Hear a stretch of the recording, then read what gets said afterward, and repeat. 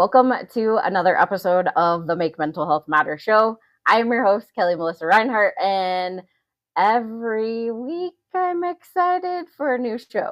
But more specifically today, because my guest, as you can see, and I will properly introduce, but I just feel like there's been these series in life, more specifically with the season that we are on, having more shows in person, in the studio, being live, having the interaction, and not just staring at a screen. It's so much better. So if you happen to be just tuning in for the very first time, thank you so much for watching or listening. If you've watched, like a couple hundred times, thanks for tuning back in. So let me properly introduce my guest for the day.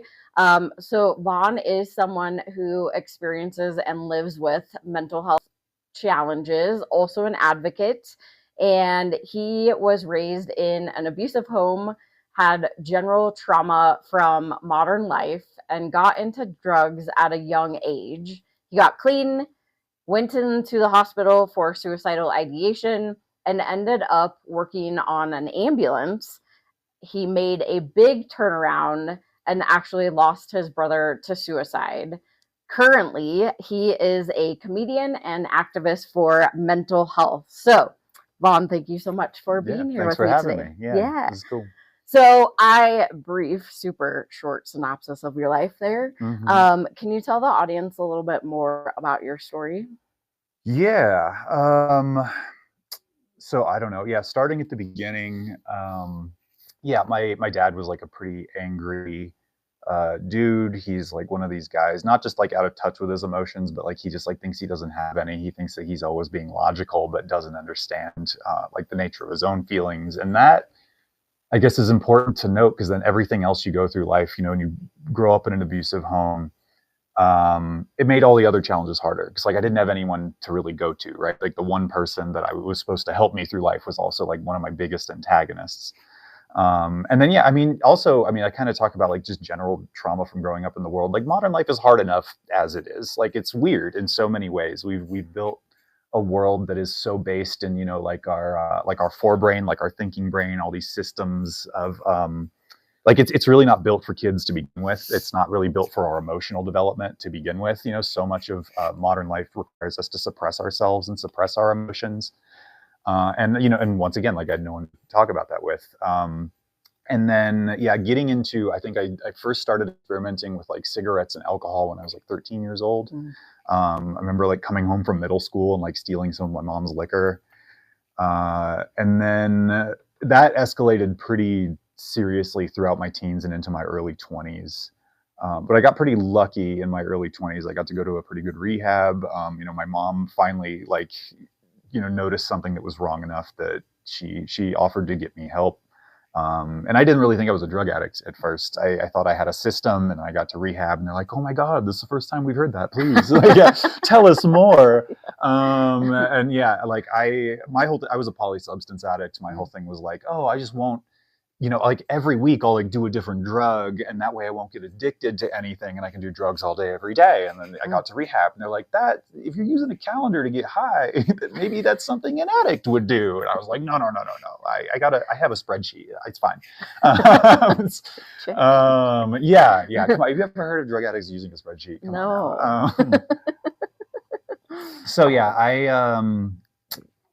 I after rehab, I was clean, and then I did like some aftercare, and that was actually where I went to school to be an EMT, because I thought, like I'm already so traumatized, like nothing's going to make me worse. Maybe I can like use this to my advantage. And so many people with trauma are like consistently drawn to like stressful situations because that's what like feels normal to them. But it ended up being really good for me, like really changed my life. And I talk about this a bit on stage, but I remember in my interview for my first real ambulance job, in the interview, we get to the end, my boss asks me like, so do you have any questions for me? And I was like, yeah, what's something that makes someone excellent at this job versus just okay? And she said, that's a great question. And I thought, yeah, it is. Thank you, Google. It's like right before I got there, I was like, I need to have something ready. I need to sound cool. But I'll never forget, she said, a lot of people get into this line of work because they're expecting to be like an action hero, right? You're thinking burning buildings and car wrecks. But yeah, and like, don't get me wrong, there's a little bit of that, but like so much of this job is actually just being kind to people that are having one of the worst days of their life. We do a lot of like transfers, where maybe it's like an older lady, she's already in the ER and she fell and broke her hip, and the determination's been made, like she can't take care of herself, her family can't take care of her. And so we're the ones transferring her from the ER to a nursing home for the first time. And that doesn't sound, high intensity or anything, but understand, like, for her, this is one of the biggest days of her life. She's losing her independence today. So if you can hold her hand, if you can comfort her and treat her with the same care and respect as someone you pulled out of a car wreck, like, that's what makes you excellent and not just good. And when I heard that, I immediately was like, oh, I think this is exactly where I'm supposed to be. Like, it was one of those, like surreal moments. I still think about it all the time. It's some of the best advice I've ever been given. No matter what we do, it's not necessarily about, we like to think that we'll like rise to the occasion, something big will happen and we'll just like figure it out and be the hero of our own lives. But like so much of it is actually just about like showing up consistently, right? Like just showing, can you show up? Can you pay attention? Can you be kind? Is like so much of life, no matter what you decide to do with it. And so much of it is about relationships and like just being, being around the right people. And I think when she said that, I was like, oh, I think it was totally flipped my entire mentality of like, I'm just going to go do crazy stuff, but whatever, I can survive it. And then just realizing like, oh no, so much of life is not about that.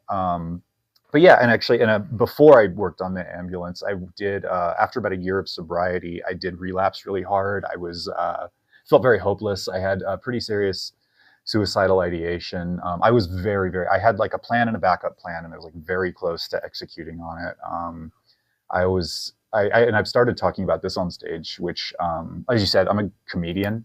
And so I was like, I don't know how I'm going to make this funny, but like I found an angle on it. And I do think it's amazing that, no matter what you've been through, there's probably something a little weird and irrational and kind of funny about it, which I think is just incredible. And I've started talking about, I remember I was so close that I was smoking a cigarette out on my roof, and I looked in the pack of cigarettes.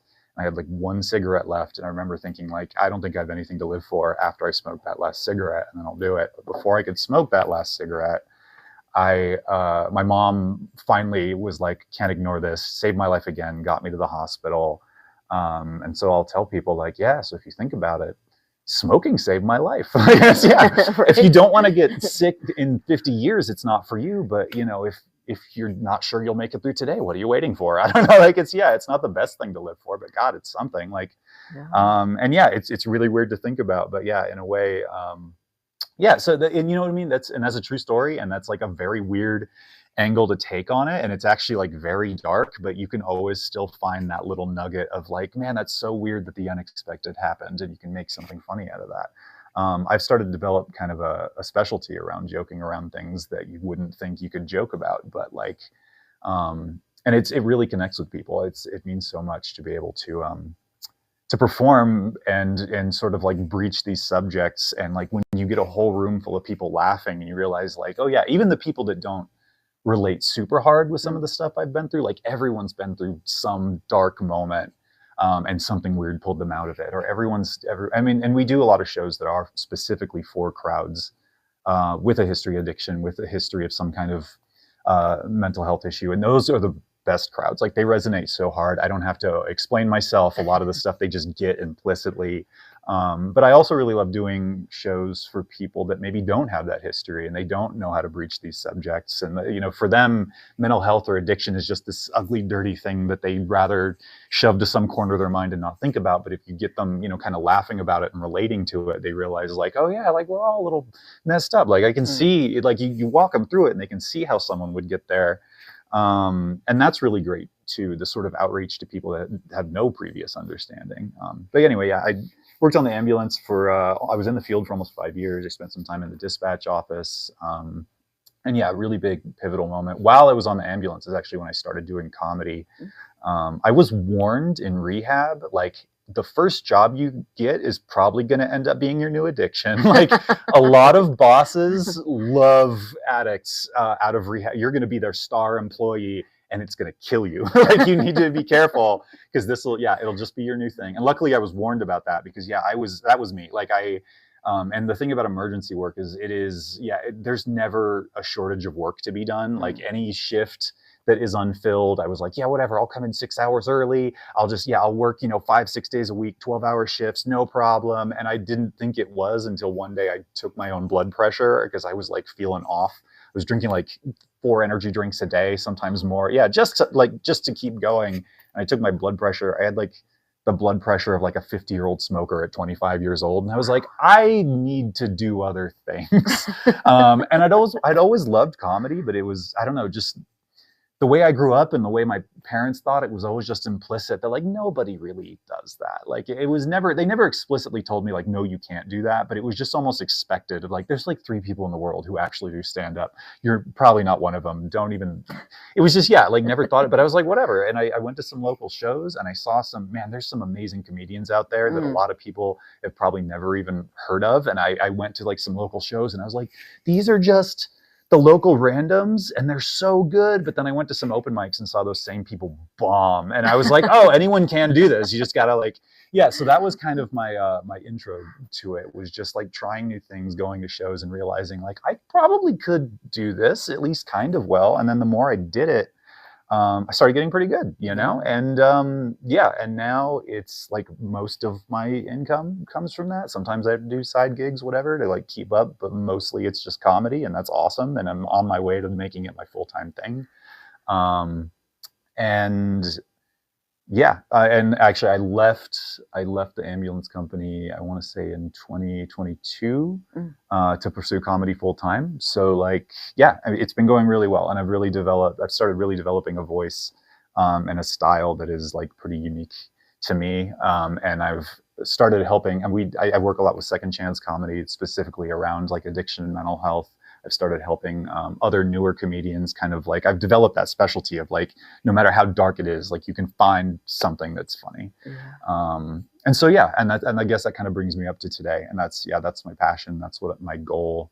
I've also actually started trying to branch out into other activism, because like comedy's awesome, but it does have sort of a limit. Like, it's great for breaching subjects that are, you can only ever attack anything like indirectly with comedy, right? Like the whole point is, yeah, it's great for sort of loosening people up around things that are too hard to face head on, but sometimes you do have to just sort of face things head on. So like, recently I've started attending meetings of like the state Zero Suicide Commission. I'm not like officially on the commission, but I'd love to be one day. But they do have these sort of like, mostly Zoom meetings and just like things you can start participating in. And these are all people with various experiences of their own in mental health, either as professionals or as people who have experienced it. They have different guest speakers come in and kind of talk about their particular expertise on like some aspect. The last one I did had to do with like human trafficking and like how that, the way that victimization happens, and it's never the way that you think. Just, correcting certain misperceptions that people have around that. So just things like that. Like, yeah, I'm big on continuing education. I'm big on, I'm a huge nerd. Actually, that was one of the reasons that I think I did drugs, was I was always like in the closet about that. Like I was very ashamed of my own nerdiness. And now I'm just like, no, embrace that. It's awesome. Yeah. But yeah, I guess that sort of brings me up to today. Yeah. Trying to do more activism, also working hard in comedy, and above all, just sharing my experience. And for everyone that is crazy enough to get on stage and just be open about that stuff, I mean, there's hundreds and thousands, maybe millions, that would never take that leap. And so it is really cool being able to like, yeah, like we're all like, so much of comedy, like a lot of the best comedy, right? Someone says something and it's like, oh my God, I've always kind of thought that, I've always kind of felt that, I can't believe they put words to it. And being able to do that for people that are going through mental health challenges, which can be so hard to talk about, and seeing that resonate with people and seeing their kind of eyes light up of like, I thought I was the only one. God, that is, if humor can heal, and I believe it can, like that is such a healing thing for people to be able to know that, one of the hardest parts of dealing with mental health issues, like the part that probably like got me closest to dying, was not even just the bad feelings. It was the feeling of like, this is all on me, like I am alone, like, yeah, like there's something inherently just so messed up about me that I just can't share it with people. Like the difficulty in life is hard enough, but feeling like we're alone, I mean, that's what makes it unbearable. We can get through just about anything when we feel connected, I think, and comedy's amazing for that. I love it so much, and I have no idea what else I would do with my life. So Yeah. No, I think you had, I mean, there are so many good pieces in there. And one that like, so I have actually in the past had somebody say the same thing, is that like smoking, although it's a negative coping mechanism, right? Right. It actually is something that keeps them alive on a daily basis. Yeah. So and that's not the first time I've heard that by any means. And I think that's true. Addiction in general. Yeah. It is kind of like lately they've actually kind of started, the statistics are starting to kind of lump these things together, where they talk about like deaths of despair, like people that overdose or commit suicide, and they're very similar. I do think addiction in a lot of ways is a slow suicide. It's like you want to die, but you don't want to die right now, and so you're just prolonging it. And yeah, the like the sort of pathology of people that get involved in both is a little bit the same. Like it's you can't cope, and so you reach out to something else. And that's the other interesting thing, is like the more I've gotten my life together, the more I've sort of developed my my recovery practice, my spiritual practice. You know, once I've got some purpose in life, like I don't even really think about using drugs anymore. Like a lot of people go years, you know, like sober, but like just hanging on. You know, they call it white knuckling in like the recovery community, where it's you still got control of the car, but like barely. But I do think it's possible to get to a place where like you just lose the underlying drive to do it. Like back in the day, all I wanted to do was escape. And now that I live a life that I don't want to escape from, the idea of using drugs is like odd to me. I'm like, why would I want to do that? And I did actually, so like post rehab, I even did almost kind of try to get back into alcohol again. Like it was, you tried. Yeah, but I couldn't. That's the thing. For me, it was like a magic trick where I was like, now that I know how the trick is done, I'm just, it's like, oh yeah, the rabbit's in a trapdoor. Like it's just, and I just couldn't, like I would almost try drinking just out of like a vague memory of like, this used to do something for me. And then I just couldn't do it. I was like, it's just making me numb and sleepy. And when you're in pain, numb is a godsend. But I was like, I'm just not in pain anymore, and this isn't making me feel good. Why would I want this? Like now I feel like crap the next day. Yeah, and it does. And that's the other, sometimes it makes everything like a little better in the short run, where it's like, oh yeah, my food, like this music just feels a little you know, deeper, or like this meal tastes a little better. But then I get up the next day and I'm like, well, now everything tastes flat. Like and it's just not worth it. Like it's so much easier just to get through life without having to worry about that. So yeah, I don't know. I do think it's really interesting. There's like a mindset shift, and it's even calling it mind is like, that feels like that's only scratching the surface, because it goes deeper than that. It's not just your thoughts, but like, yeah, the underlying feelings, motivations, there's like everything that drives you to do anything you do in life. Like that can shift so deeply that the thing that I thought I loved the most back when I did drugs, if you'd asked me, it'd have been like, yeah, this is the most fun I could possibly have. Like, this is what I love. This is so much of my identity in my life was built around the fact, like, I'm a person who gets high all the time. And then I look back and I'm like, I wasn't happy at all. Like, I think back like the times that I was like, nah, I thought I was happy because I finally had a reprieve from the pain I wasn't dealing with. But looking back, I'm like, that wasn't even remotely happiness. Like I wake up tired and you know, groggy and not quite ready for the day, and even at my worst, I'm still like, that still feels better to me. Like I'm so much happier feeling a little out of it than being like, oh yeah, let's go, you know, like just go do some cocaine about it. And I'm like, no, the cocaine would suck. I would hate that now. And it's just weird to think about, because back then I was like, oh no, yeah, this is the peak of my existence. And now I'm just like, that was actually such a low point compared to just even my most mediocre day now. It's crazy to think about. Yeah, I mean, so we have to go to our quick first sponsored break, but when we get back, because I've had Joe on the show, which also Second Chance Comedy. So, and I have some questions popping up into my head. So we'll be right back after this quick first sponsored break. Have you ever felt completely alone? Like your life doesn't matter. One person dies due to suicide every 40 seconds. You are not alone. Call the National Suicide Lifeline at 988. hope and recovery is possible. 1 in 8 people globally live with a mental disorder. That's why empowering minds saves lives. We need your help. With only $19 a month, you help us save lives through mental health and suicide prevention education. Scan the QR code or go to makementalhealthmatter.org to sign up as a warrior for mental health today. Hi, my name is Dr. Constance Leland from Level Up Circle TV, where I elevate the world through education, one learner at a time. Join me on Fresh Takes at 9 a.m. Thursday, Pacific Standard Time on E360 TV. Have a fantastic day. Bye. Are you crypto curious? Maybe it's a little too scary for you to get involved in all this crazy Bitcoin cryptocurrency stuff. Join me, your host, Charlie Stivers of Goose Live. Find us on Achieve TV Thursdays, noon Mountain Time, where we talk all things crypto.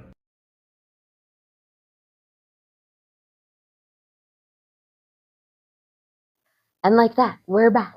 If you just happen to be tuning into the Make Mental Health Matter show, make sure you go back because Vaughn just shared all about his story, really up to today with comedy and how being able to go through different experiences and showcase those. I mean, even if it's your lowest of the low, there is possibly something that you can pull out of that that can relate more in comedy also. And the question that was popping up into my head also, because I've had Joe who started Second Chance Comedy. I think it's amazing. Well, one, because there was just a showcase of like what you were talking about is helping other people learn how to do comedy using their story. And the other question that was, or not another, but a question that was popping up into my head or a thought was around really comedy in general. So if we think about, oh my gosh, my brain's like, what is his name? Goodness gracious. Well, comedians really in general, we've lost lots of comedians along the way. And in a way, how I've processed Robin Williams, I'm like, what is that? But how I have thought about it or processed is that they're like giving all their energy and they never have anything left for them. But I'm thinking like, how cool would it be if we gave comedians at that level the platform to share their experiences like you guys do in Second Chance Comedy? Yeah. Because I don't know if he necessarily ever did that. And it's like they drank or they did drugs and it was never anything that they would bring to the public. So yeah. Or George Carlin was a favorite of mine growing up, and he had a pretty crazy cocaine habit. But watching him on stage, you might guess if you're familiar with drugs, he did have that like manic, crazy delivery. He was very obsessive in the way he wrote. So like the traces of cocaine were there, but he never talked about it publicly. But yeah, I do think that, I mean, mental health problems I think are prevalent in the arts for a couple reasons. One, I think you gotta be a little crazy to think you can do it. Like you gotta, I talk about this sometimes a little bit on stage, like, because especially in comedy, like when you start out, you're gonna suck. There's really no getting around that. There's maybe like 2 or 3 people on earth that like started at 14 and just sort of were good at it and figured it out immediately. And that's probably not gonna be you. It definitely wasn't me. And so what is it like? You don't have to be crazy to want to do comedy. Everybody's watched it and thought like, oh, maybe that'd be fun. I could do that. Okay. But that's not going to be your experience. The Netflix special, the first time you get on stage, you just talk for an hour and people are like, oh my God, your opinions. No, nobody cares. Like it's, the first few times actually, and maybe even the first couple of years you get on stage and a lot of it's going to suck. You got to go out and just kind of try things. And so it's, what is it in a person that can get in front of a crowd, and public speaking is already hard, and to get on stage and be like, here's something I thought was kind of fun, and then the audience is going to look at you like, what's your problem? Like that's And so I would say, God, there's got to be like a 90+% dropout in like the first 3 months. Most people that try comedy are never going to get paid for it. They're never going to continue with it because it's hard. It's kind of brutal. And I do think it's like, what has to be broken in you to do that, to get on stage and like embarrass yourself publicly and then be like, I'd try it again sometime. Like, what is it? Yeah, like that's weird, man. Yeah, you don't have to be crazy to want to do comedy, but I think you got to be a little crazy to keep doing it. Like there's got to be something in you. Yeah, also I think there is that weird sort of like, what is it? Yeah, what is it in you that seeks validation from strangers to begin with? Even if some jokes about like, if I'd had any stability growing up, I wouldn't be doing this. Like, and there's also, I think it also like, to do comedy, it helps to have sort of that outsider perspective. You almost need to be like an alien coming to Earth and looking around and being like, humans have the weirdest habit. Like you have to be able to look at things that people take for granted and be like, no, there's something weird about this. Like you think it's normal. It's not normal. Really, like all comedy, I think kind of falls into the either like surrealism or absurdism, which are kind of the same, it's two sides of the same coin. It's either looking at something normal and being like, actually it's not normal, or it's taking something that makes no sense and trying to make it make sense. That's like, yeah. Comedy thrives where sense and nonsense overlap. So if you can kind of angle it in one of those two ways. And yeah, I think that takes kind of a weird person. And I don't know though. Yeah, there is also this sort of like, I've heard it described as like comedy is more of a thermometer than a thermostat. People, like it's, you kind of have to talk to people where they're already at. If you're making them think too hard, or if you're sort of triggering negative emotions in them, that kills comedy. In order to laugh, you have to implicitly get it, right? Like that's what we say. When you get it, you understand this sort of implicit, slightly flawed logic of the thing that they're saying. Like it makes sense in a way, but it also doesn't make sense in a way. And so I don't know, where was I going with that? Like in order, it has to make sense and not make sense. And it also has to be in a way that is like not threatening. So many people think that comedy is about like making people happy. I would argue actually most of it is about not making them upset. Like it's about picking your way through the minefield that is the human psyche. And anytime you say something that is like a joke, but could be taken in a way where people feel like, oh, that threatens something about me, my identity, my beliefs, or maybe the people I care about. There's like a lot of talk about like, oh, people are so easily offended. No. And it's like, no, that's always been the case. Everybody has something that is near and dear to them. And if someone makes a joke about it, even if you're not like outrageously offended, you're still just going to feel a little icky. You're going to be like, oh, I don't know, that it feels mean, feels off. And it just, that isn't going to get people to laugh. And so yeah, so much of it is just picking your way through that. And it can actually be very thrilling. Like the closer you get to saying something that could be offensive, and then it turns out, oh no, actually I wasn't saying the offensive thing at all. That can actually be thrilling for people. People love to be kind of brought to the edge of like, oh no, is this too much? And then realizing like, oh no, we're safe. Like that can actually be a huge sense of relief, and that can really amplify the good feelings. And that's a lot of what I try and do kind of with my stuff, where I get right up to the edge of like, maybe it's not going to be okay. And they're like, oh God, building that tension and then releasing it can actually make people feel great.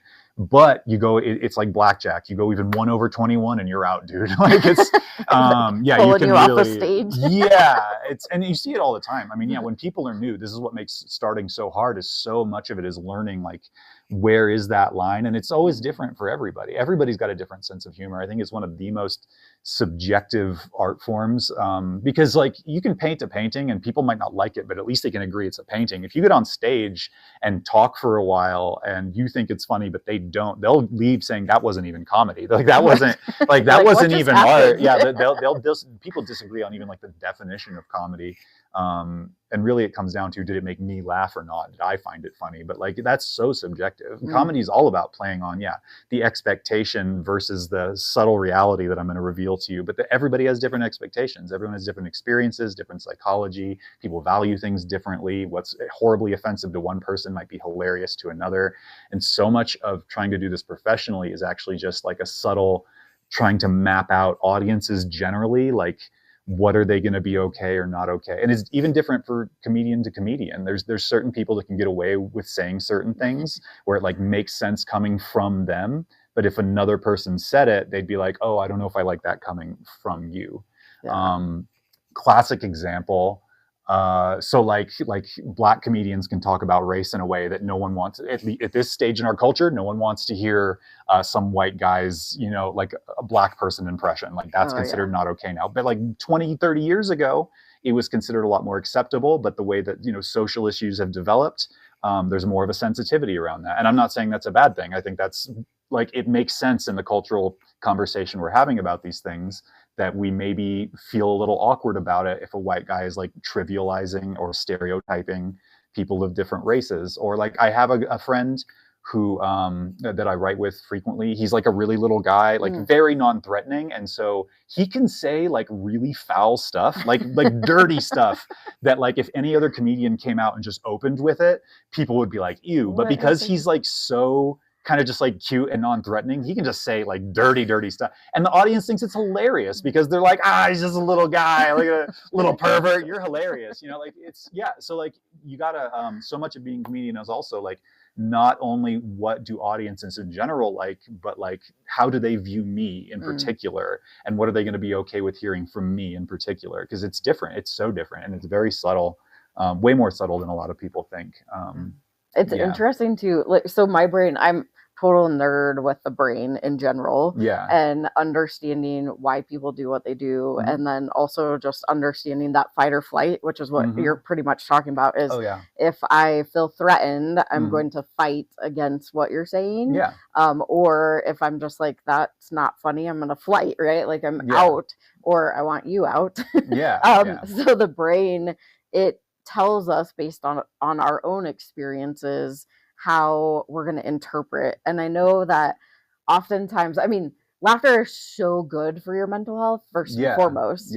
But you also, I mean, so we did the fashion and comedy show, which you guys were there, and that was the first time we've ever added comedy into everything or anything that we've done, because over time we've done our film festival, we do our gala, we've done multiple events, and the response that we get so often is, wow, this is really awesome, but it's really heavy because suicide and mental health, right? And so this year I was like, well, shoot, how can we add more comedy or something interactive in there? And that's when I met Joe, that I was like, how do we infuse these? And then I loved how it turned out, because you get the audience just like in this space of being okay where they're at, and then also that laughter, which I think energizes brains, and then the way that it was delivered of, hey, this is my experience, and I'm not just making fun of myself, right? Like I'm telling it in a way that's funny, but it's actually really heavy and honest, which is cool. And I think it can be both. And actually, I do pride myself on being able to take the audience to like a really dark or emotional or even just like heartfelt place. Like when I talk about my boss in the interview, I do that, and I probably go like 45 seconds or so without even trying for a laugh, which some comedians are uncomfortable doing that. But there's also a certain style of comedian where that's actually very important. I'm really big, like some of my favorites, like Mike Birbiglia is like one of my favorites right now. He's like on Netflix and stuff. I even like, I study his, like last night I actually went through his newest special. It's called The Good Life. It's amazing. And I timed out like one of his more serious moments. He goes a minute and 20 seconds without going for a laugh. And it's a deep moment about his relationship with his father and sort of the disconnection he's always felt and the kind of wanting for more, but feeling awkward about it. And then they have this big moment of like disagreement, and how he really lets it sit, how much that like impacted him. And I love when a comedian can do that and then just boom, like it's hilarious again, like just straight, just 10 out of 10, huge room laugh, applauding. Like, that to me is, we really just, pulling back the slingshot, building the tension to the point where you're like, there's no way this is going to be funny. And then just letting it go. And like, I think that's like an amazing thing to be able to do, and something that I'm already pretty good at, and I aspire to keep getting better at. And I think, especially in a longer show, I think you almost want some of that to like balance it out a little. There are Your face start turning. exactly, yeah, and it's also it can become predictable. I actually know a lot of one-liner comedians that are like on it, better joke writers than me, but they have a hard time holding down like an hour. Like I can do an hour because I do sprinkle in those other, like I'm not just going to keep beating you over the head with just like, and one-liners can become predictable in that it's like set up, punchline, punchline, set up, punchline, set up, punchline, punchline. And they do it like with the same tone and the same, people's attention starts to lag when they it starts to feel a little predictable. Whereas like when it's a story, we're wired for stories. Like people love stories of all kinds. I mean, whether it's comedic or, like obviously we love stories that make us sad. That's the entire, all dramas are based on that. Is like we love connecting with each other. And this comes back to that, like any pain is bearable as long as we, have each other. And I think like a lot of entertainment shows us that we not only can it be bearable, it can almost be beautiful in a way. When we watch Titanic, the love interest dies at the end. Oh, spoiler, sorry for Titanic. If you haven't watched Titanic, oh God, it's sorry. Yeah, you're really late to this party, but sorry if you haven't seen it yet. But it's because it's a tragedy, it emphasizes so much more the beauty that love is. I mean, I've often heard it said, grief is just the flip side to love. Grief is love with nowhere to go, right? And that sometimes the greater the grief, the more it emphasizes just how beautiful love really is. Like, so yeah, it's like we need to caption that right there. Yeah, that was really good. And it's a major theme of my work. And actually I have 7 hours of comedy planned, each of them based around a chakra. And like the first one is all around fear. That's, root chakra is like fear versus safety. I talk a lot about adrenaline. I talk a lot about the nature of my trauma, and then working on the ambulance. Like I was the only person I think ever in history to already have PTSD. And then by working in emergency services, it actually got better. Like, and obviously I had a lot of background of like therapy and rehab. And like, that was what helped me. A lot of people get PTSD in emergency work because they don't have access to those resources and they have that stigma around it. And that's a big thing I want to be able to help break as I like throughout my career, because you absolutely can cope with a lot of the worst things in life, but it does require some external help and some tools. And I was very lucky to get those. And not everyone does. And I wish more people did. So that's anyway, like a whole nother show, right? Oh, probably. Yeah. And literally I'm planning on like building a career around it. So yeah. But anyway, and then, so by the time I get to fourth chakra, heart, I'm going to talk about sort of love versus grief. Like I do think about this stuff a lot. And I guess, I mean, we kind of mentioned it in the intro, but yeah, like the main story that's going to revolve around is losing my brother to suicide. And that's something, that like literally affects me every day. And I've already started doing some writing for it. And like, speaking of subjects you never ever thought could be funny, like I've started writing, and obviously the event itself, I'm not really going to like try to make funny, like, and there's really nothing to me that's like funny about it, but there's so many things around it, like stories from when he was alive. I still remember the first time, I didn't laugh out loud, but I remember the first time remembering that life is still funny after he died. We were at the nursing, or not the funeral home.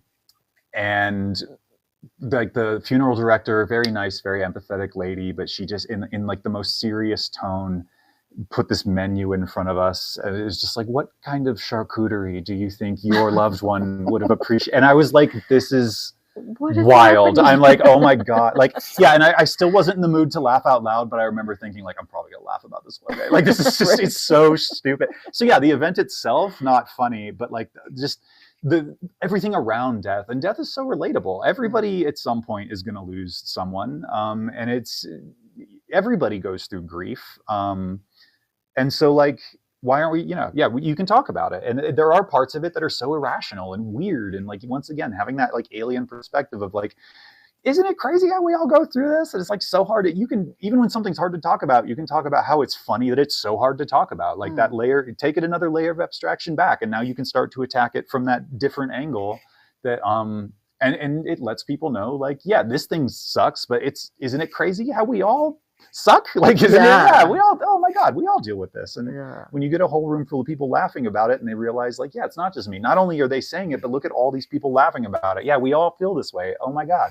It is, I'm big on I don't know. It's, and also, all right, so comedy can be healing, and that is kind of my mission with it. It is also like a weird paradox because it's still comedy, and if you take it too seriously, you've started to lose the point. Like there is that weird balance to be struck of like, yeah, I want to talk about serious issues, but at the end of the day, like never take it too seriously. Some of my favorite comedians are ones that it's clear that they have things in their life that they take seriously, but at the end of the day, like they never take themselves too seriously. Like that, I think, is that sort of distance you need to have on it of like, yeah, some of the things that I've been through were very serious, very real. They still mean a lot to me, but at the end of the day, I can look at myself as like just a flawed, weird, imperfect little human who kind of doesn't know what's going on. And once you start to build a little that emotional distance, that's where it really starts to be like, oh yeah, like it is kind of funny, all the things that we're up to. Even the hard things can actually be really ridiculous. Yeah. I know, and I have some other thoughts that just popped up, but we have to go to our quick last sponsored break. Totally. So we'll be right back after this quick sponsored break.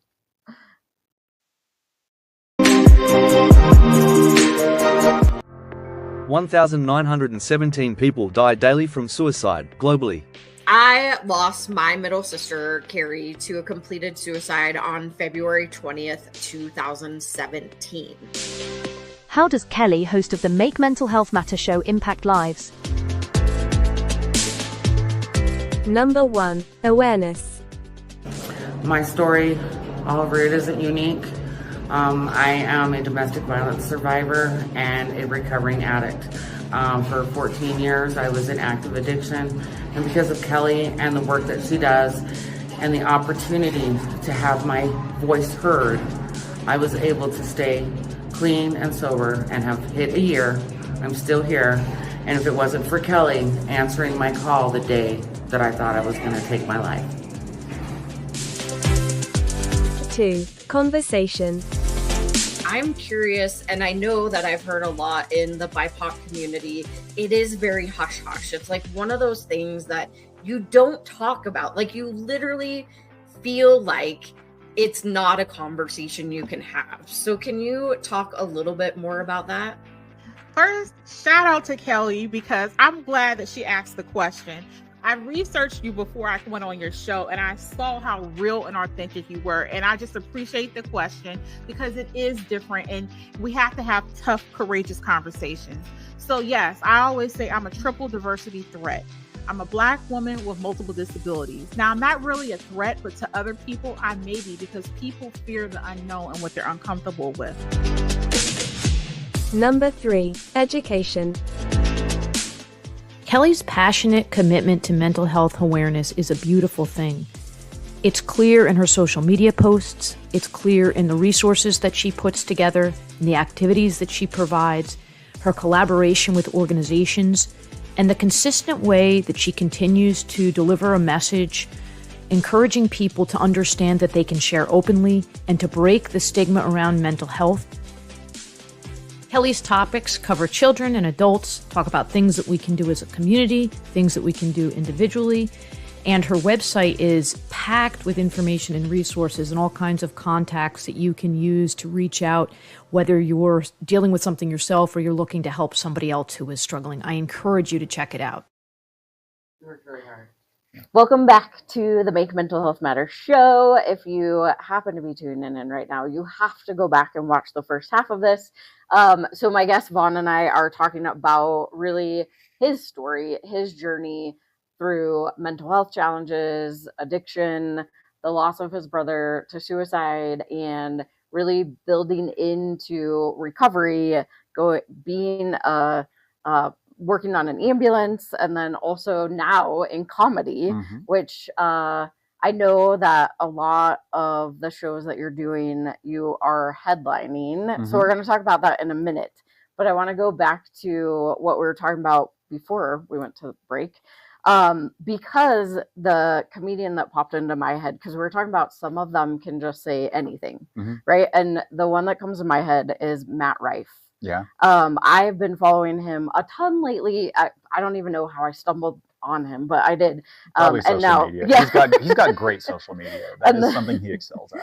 Yeah. And then, I mean, my Facebook is just like, one after another after another. Oh yeah. But he is one of those people that can pretty much say anything to anyone and make fun of anybody. And it's not, I mean, obviously you said earlier that you have to have the right audience, or maybe not the right audience, but people that understand. Yeah. Well, because so Matt Rife is pretty controversial amongst comedians. There's a lot of people that love him and there's a lot of people that hate him. It's and I think he gets some of his notoriety comes from being polarizing, and that's in the modern media landscape. That is actually kind of a useful thing to have, is like, I'm not going to please everybody. I'm going to please the people who like me a lot, and then you're going to pick up a lot of haters for that.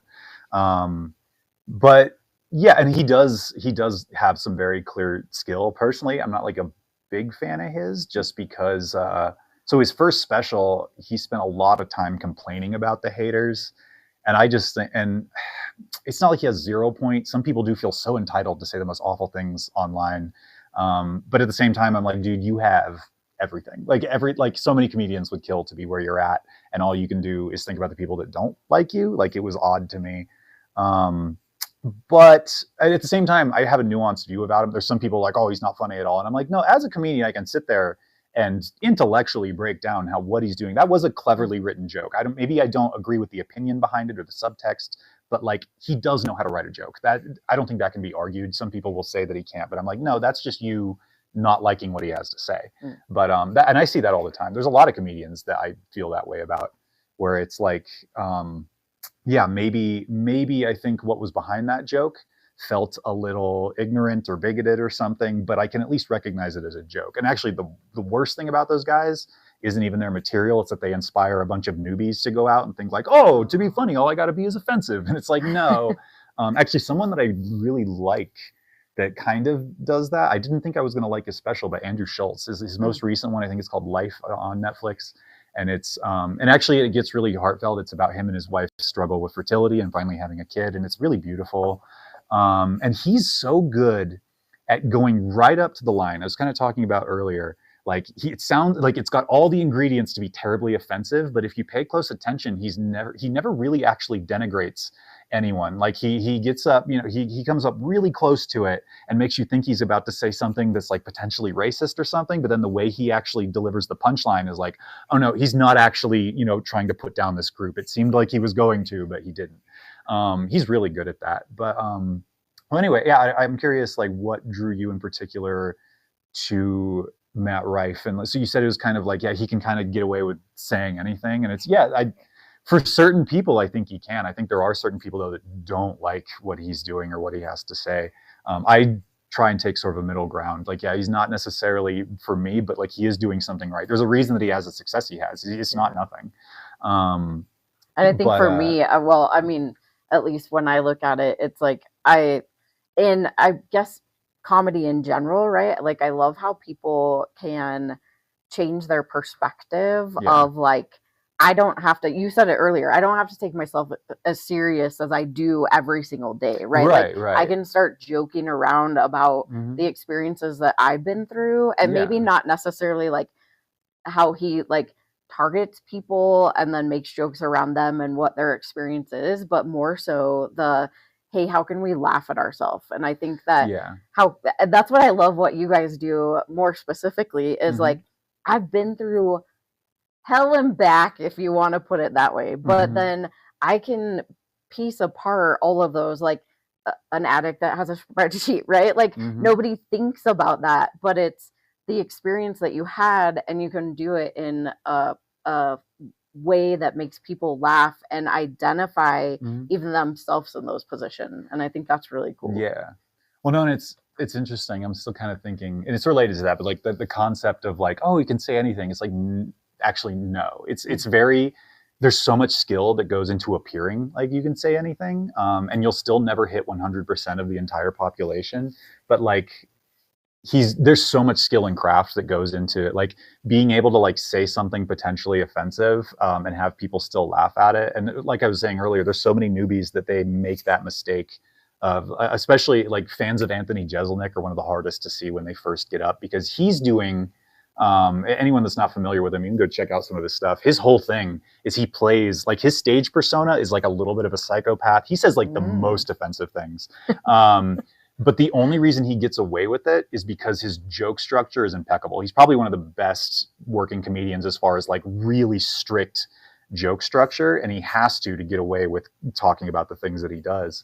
And that was my mistake. Like, I'm not better. When I first got up, I wanted to be like George Carlin or Bill Hicks. Like, here's how the system sucks, and they're lying to you, and they have my opinions on how it's all bullshit. No. I don't know if I'm allowed to swear on here. No, you're good. Yeah. But and I found out very quickly, like, no one cares about your edgy opinions, dude. Like, no one.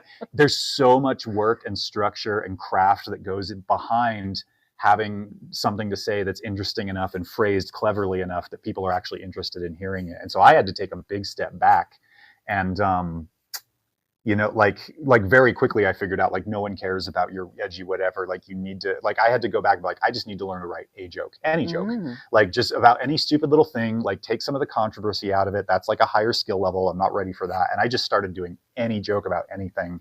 And it took a couple years of that before I was finally ready to revisit some of the more difficult things that I know I want to talk about. But that is, there's actually, and this is why, like, there's people that love Matt Rife, people that hate him. I don't like a lot of the things that he talks about, but I have to respect the craft. I have to, like, as somebody who does it all the time. I'm like, like, he clearly does know how to, pick his way through things that, he's not just saying anything. That's actually there's so much skill and craft behind, like, picking what things, to get close to and then sort of back away from, and make, like, even just having good stage presence of, like, so, like, speaking again about, like, so much of comedy is not just making them happy, it's about not making them upset, and just having a good, like, charismatic persona of getting on stage and being relaxed and be like, I'm here to have fun. I'm not going to insist that you guys have fun. That's another thing comedians do. Like, imagine a salesman who's like, hey, like, I've got these really good deals on trips to Hawaii, and, like, you can totally, like, I'll hook you up, like, no pressure, versus a salesman who comes up to you and is like, you're going to Hawaii. Like, right. There's so many comedians that get on stage and they're like, this is funny, I need you to laugh, and that sucks. Whereas Matt Rife is very good at, like, I'm here to have fun, you're totally welcome to come along for the ride, but I'm not gonna, like, force you to have fun, like, honestly, I think it's kind of a waste of time if you don't have fun, but that's on you. Like, that sort of laid back, like, you're invited but I'm not insisting, that alone is something that some people take years to perfect. That element of, like, I'm gonna maybe say some things that are a little messed up, but once again, it's okay coming from me. Like, what are people okay hearing from me? You've got to be okay with it. You've got to feel like, hey, I'm having fun, this is okay. Like, you're inviting the audience to have fun with you, and it's very subtle. You can't just get on stage and be, with that creepy energy, be like, it's okay to have fun, it's okay. Like, it's, like, you can't, it's such a it's all, please, if you take nothing else from this, God, people, and that's a great tool I use. I think about that example of, like, the pushy salesman versus someone who's like if you feel you have value to offer, if you act, like, so much of confidence is not even, like, knowing that everything's going to be fine or, like, feeling perfect. Like, so many times I get on stage and, like, confidence is, like, however I feel, that's the right way to feel. This is actually something I've worked with with Joe for Second Chance. I have a much more, like, bombastic kind of crazy act on stage, whereas he's a lot more laid back. And that's actually, I was like, that's actually fine if you know how to use it. You don't have to go on stage and be like, what's up, everyone? I'm crazy. Look at me. Like, a lot of people do that, but if it's not authentic to you, the audience can feel that, and now it's weird. Whereas he is a much more laid back, kind of low key dude. And I'm like, that's actually great. That plays against audience expectations, because he used to be a drug addict. I mean, he did crack for years. And so, like, the idea that now he looks like just a regular old suburban dad, I'm like, so that's funny. Lean into that. If you get on stage and you're like, well, I'm kind of quiet and reserved, but if you have this sense of, like, and that's how I'm supposed to be, that's how I genuinely feel today, and I'm going to tell you guys about it. Like, that's confidence. Confidence is not, I'm exactly who they want me to be. Confidence is, I am who I am, and and that's fine. Like, so much of that is, like, really important. I think that's, I mean, it goes into, so we only have a few minutes left, but it goes into even how so in my brain, because I speak and I go on stages and I love having fun, but I talk about very serious and heavy topics. And so I try to infuse them as much as possible. And when I first started, I was like, I can't infuse them. Like, how do you put fun into suicide and mental health? And so that's been my balance of trying to figure out how do I infuse the two. And I feel like I've started to find that way. I mean, because I love Baby Yoda, and I kind of like, right? He's scientifically engineered to be lovable. Like Disney knew what they were doing, man. Yeah, so like infusing the two worlds together has been my biggest journey through just speaking in general. So, but I would love for you to just share in the last couple of minutes that we have, where can people find you if they want to follow you or have you on their stage? And what is the one stage or a big stage that you want to get to? Well, it's like I would love to be on like HBO, Netflix. I got the 7 hours pretty much planned out. I'm writing for all of them. I'm trying to right now like nail down the first one. So that's like where I'd like this all to head. Right now I've got a good, I mean, more than an hour material. I've got a good hour. I don't know if it's ready for TV yet. So I like, if like an agent or someone noticed me, like the best thing you could do is get me in the room with people that really know what they're doing and like let me open for them and let me talk to them. Cause like that would, I think, take it to the next level. But I do already have, like, I'm perfectly capable of headlining. I go on the road and I do this stuff for communities that even people that like, they just know it's a random comedy show. They don't know what kind of thing they're getting into. And that actually is great for me. Like to, you know, like all this heavy stuff, if I can talk to people that weren't even ready to hear about that and still make it fun for them, I'm like, oh, that is really great. Like, that's an awesome step. I'd still love it to be better before it like gets on TV or something though. And as far as like upcoming shows, we got one with Mental Health Matters. We're doing a fundraiser for you guys on August 8th. That's looking forward to that. It's going to be awesome. You can check out my website, vonsprecken.com. On Instagram and Facebook, I'm at GetSprecked, or just search my name. Can you spell it out for the people that are listening? VON and then SPRECKEN. It actually it's like an anglicized spelling of German that means like to speak or something like that. Yeah, Sprecken means Deutsch.